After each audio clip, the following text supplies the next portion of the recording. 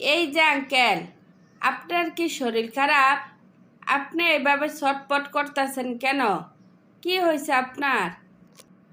বাজান, আমার শরীরটা তেমন ভালো লাগতেছে না।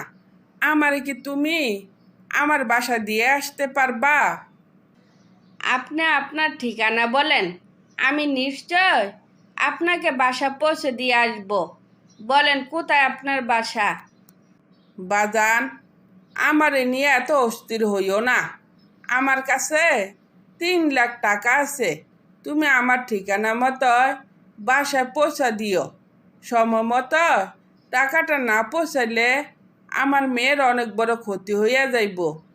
আপনি নিশ্চিত থাকেন, টাকা আপনার বাসা পৌঁছে যাবে। কিন্তু তার আগে আপনাকে আগে ডাক্তারের কাছে নিয়ে যাব। আপনি বেঁচে না থাকলে আপনার মেয়ের আরও বেশি ক্ষতি হইয়া যাইব। তাকে আপনি বুঝেন। বাজান, ঠিক সময়ে টাকা না পৌঁছাইলে আমার মেয়ের বিয়ে ভেঙে যাবে। আমার মেয়ে তখন সমাজে মুখ দেখাইতে পারবো না। আমি বাবা হইয়া আমার মেয়ের এই দিনটা আমি দেখতে পারবো না। আমার মেয়ের ইজ্জত তুমি আগে বাঁচাও। আমি রাস্তার পথিক হইতে পারি, তাই বলে আপনাকে আমি রাস্তায় ছেড়ে দিতে পারি না। আপনাকে আগে হসপিটালে নিব, তারপর আপনার বাসায় যাব।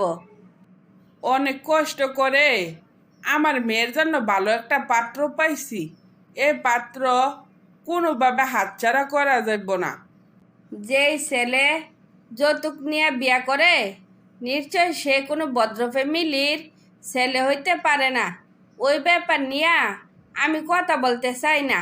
আগে হসপিটালে চলেন।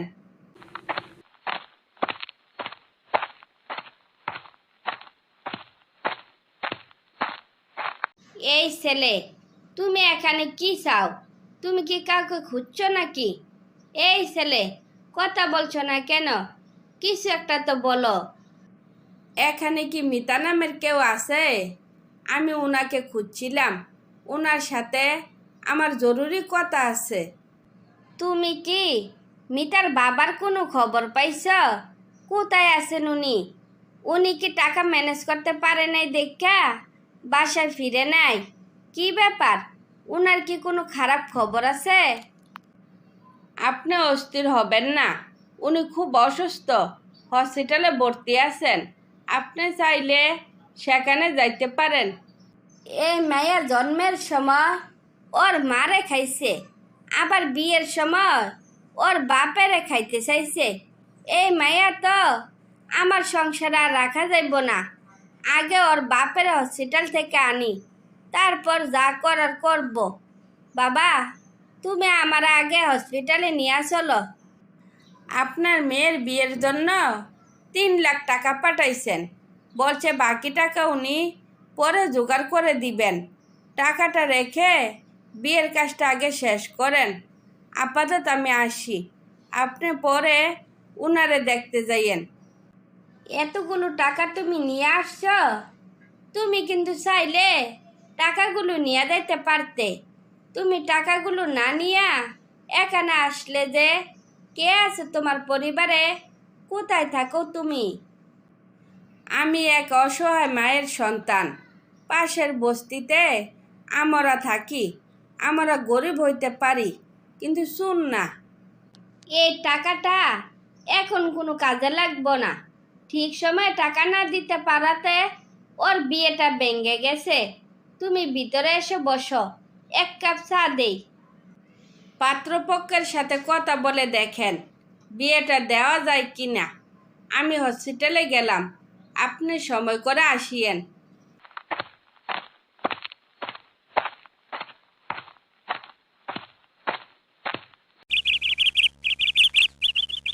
ওই ছেলেটা কি তোমার সাথে আর যোগাযোগ করে না? ছেলেটা না থাকলে আমরা তোমাকে খুঁজে পাইতাম না। আজকে মিতারও বিয়ে দিতে পারতাম না। প্রায় সময় তো আমার খোঁজখবর নেয়। বলছিল একদিন ওর মাকে নিয়ে আমাদের বাসায় আসবে। মিতার বিয়েতে আসার জন্য একটু ফোন দিও। ওই যে বলতে না বলতে ওনারা আইসেও পড়ছেন। কি বাবা, কেমন আছো তুমি? আলহামদুলিল্লাহ, আমরা ভালো আছি। মা, তোমাকে এতদিন যার কথা বলছিলাম আসবো আসবো করে এতদিন পর আসলাম। তোমরা এসে ভালোই করছো। এইমাত্র তোমাদের কথা আমরা বলছিলাম, 2 দিন পর আমার মেয়ের বিয়ে। তোমরা মা ছেলে নিশ্চয় আসবে, আমরা খুব খুশি হব। আপনার মেয়ের বিয়ে ঠিক করে ফেলছেন? শুনে খুব খুশি হইলাম। আচ্ছা আঙ্কেল, অন্য একদিন আসবো, আজকে তাহলে চলি। বাবা, তুমি এসব কি বলতেছ? তুমি তোমার মাকে নিয়ে আসছো, চা নাস্তা খাইয়া যাইবা না? তা কি করে হয়? না আঙ্কেল, আজকে সময় হবে না, অন্য একদিন আসবো। মা চলো, আমার অনেক তাড়া আছে।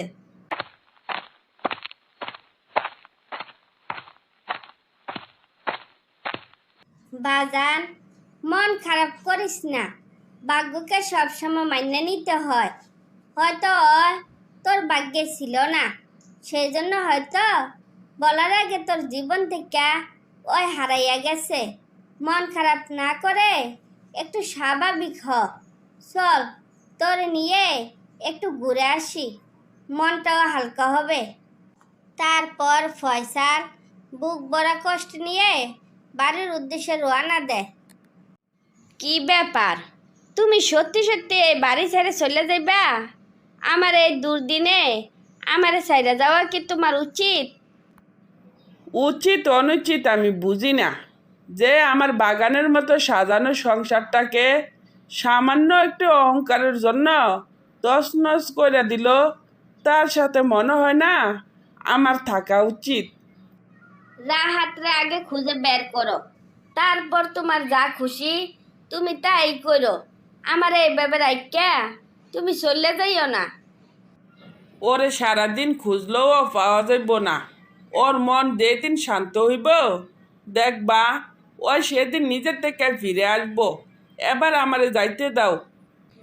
এভাবে নিষ্ঠুরের মতো আচরণ করো না। বোর বাপের বাড়ি থেকে লোকজন আসলে আমি কি জবাব দিব? কি বলবো ওনাদেরকে? আমার মাথাতে কিছু আসতেছে না। তোমার মাথা শয়তানি চিন্তাটা ঠিকই আসে, ওইটা তো তুমি ভালোই জানো। তাইলে নিজের সম্মান কিভাবে নিজে রক্ষা করবা, ওইটা কি তুমি জানো না? আমার ছোটোখাটো কথাতে আবার রাগ করো না, আমি একটু এরকমই। রাগ করার মতো সময় আমার এখন আর নাই। যদি উপরওয়ালা কখনো আমারে সে সুযোগ দেয়, হয়তো তোমার সব কথার জবাব একদিন দিব।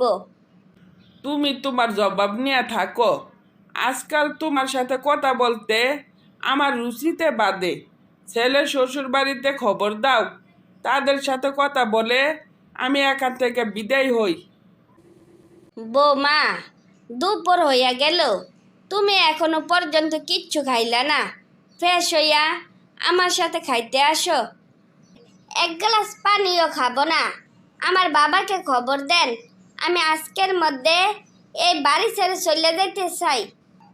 বৌমা, তুমি এভাবে কথা বললো না। সবাই যদি আমার ছেড়ে চলে যাও, আমি তাইলে কেমন করে বাঁচবো? আপনি কেমন করে বাঁচবেন এই কথা আমাকে বলতে হবে? আপনি আপনার ছেলে আমার সাথে যা করছেন, আমি কিভাবে সমাজে বাঁচবো তা কি একবার ভাবছেন? ভাববেন কেন?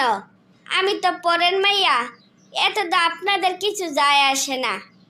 বৌমা, আমি জানতাম না আমার ছেলে এরকম একটা কাজ করব। আমি সব সময় ভাবতাম সবাই আমাকে মান্য করে, কিন্তু মনে মনে যে আমাকে এত ঘৃণা করে তা আমি কোনোদিনও ভাবি নাই। আমি জানলে কোনোদিনও তোমাকে আমার ছেলের বউ বানাইতাম না। আপনি মিথ্যা কথা কেন বলছেন? আপনার ছেলে চিঠিতে সব লেখা গেছে। আপনি জেনে শুনে আমার ফুলের মতো জীবনটারে কলঙ্কিত করলেন। একজন মা হইয়া সন্তানের জীবন নিয়ে খেলা করে ঠিক করলেন না। আমি আমার সন্তানের জীবন নিয়ে খেলা করতে চাই নাই। আমি সব সময় সন্তানের ভালো চাইছি, তাই নিজের পছন্দ মতো বিয়ে করাইছি। ভাবছিলাম আমার ছেলে খুব সুখে থাকবে, কিন্তু আমার ছেলে যে আমার মুখে এভাবে চুনকালি মাখবে তা আমি কোনোদিনও ভাবি নাই। আপনি মূলত স্বার্থপর মা, তার জন্য ওর মনের কথা আপনি বুঝতে পারেন নাই। আপনি আপনার রাগ অহংকারের কারণে তিনটা জীবন নষ্ট করলেন। আমি আপনাকে কিছু বলবো না, উপরওয়ালা আপনার সঠিক বিচার করবেন। ভালো থাকবেন, নিজের খেয়াল রাখবেন।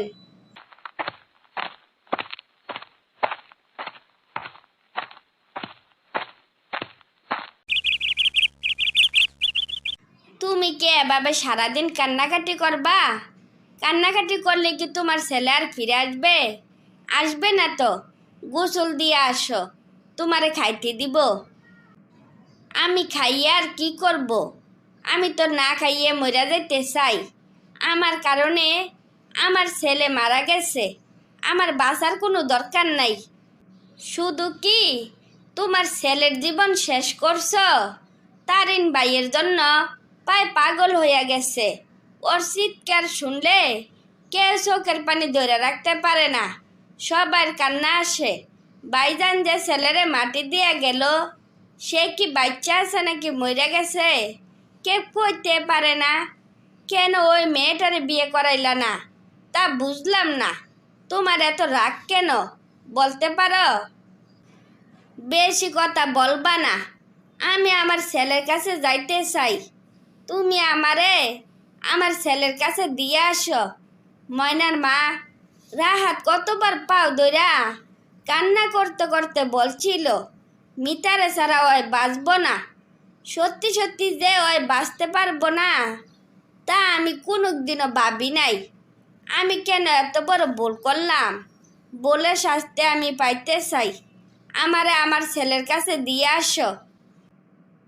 বেশি কথা না বললা নামাজ রোজা কইরা আল্লাহর কাছে দোয়া করো, ওরে যেন আল্লাহ শান্তিতে রাখে। যাও, গোসল কইরা খাইতে আসো। তুমি যত কথা বলো না কেন, খুব শীঘ্রই আমি আমার ছেলের কাছে চলে যাব। আমার একলা থাকতে দাও। আমার আশেপাশে তোমার কেউ আসবা না, তুমি তোমার কাজে যাও। মিতাকে না পাওয়ার কারণে রাহাত মারা গেলে রাহাতের পরিবারে অশান্তি বিরাজ করে। মা পাগলের মতো হয়ে বাকি জীবন অতিবাহিত করতে থাকে।